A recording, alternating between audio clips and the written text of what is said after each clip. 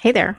In this video, we are going to use something called Cramer's rule to solve a system of linear equations. So I have two equations here, 6x plus 7y equals 3 and 8x plus 9y equals 4. And we've learned many ways in algebra to solve this, but this is kind of a cool way that we can solve it using only arithmetic and no algebra at all to find the solution. So what we're going to do is we're going to set up three matrices and find their determinants, right? And the first matrix, we're going to call this one D, is going to be the coefficient matrix actually I'm going to call D is going to be the determinant of it. So I'm going to take the determinant of the coefficient matrix. So the rows for this matrix will be 6, 7, and 8, 9.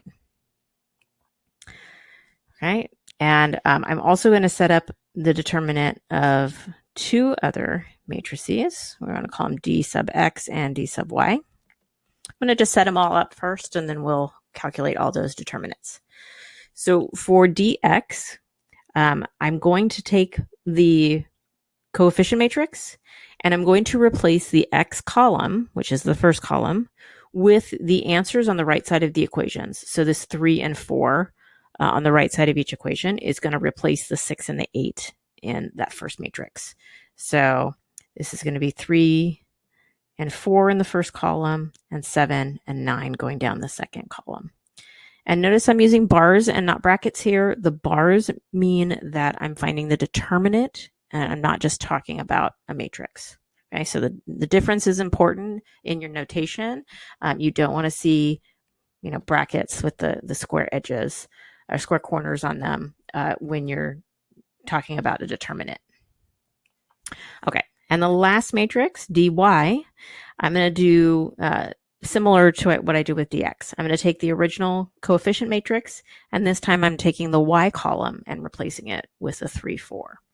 So this one's going to have the 6, 8 in the first column, and then 3, 4 in the second column. Now, this version of Cramer's rule we're using is specific to a 2 by 2 matrix, or a 2 equations with 2 unknowns. It does apply to larger systems, but finding determinants, we're going to see, can be a rather lengthy process, so we're not going to do any examples of this that are larger than this system. Okay, so I'm going to find each one of these determinants. So to find the determinant, I multiply the main diagonal. So in the first matrix, that's 6 times 9. And then I'm going to subtract the product of the other diagonal. So minus 8 times 7. And you can plug that into a handy calculator and you get -2. Okay, for dx, same thing. The main diagonal here is 3 times 9 minus the other diagonal of 4 times 7. And that gives us -1.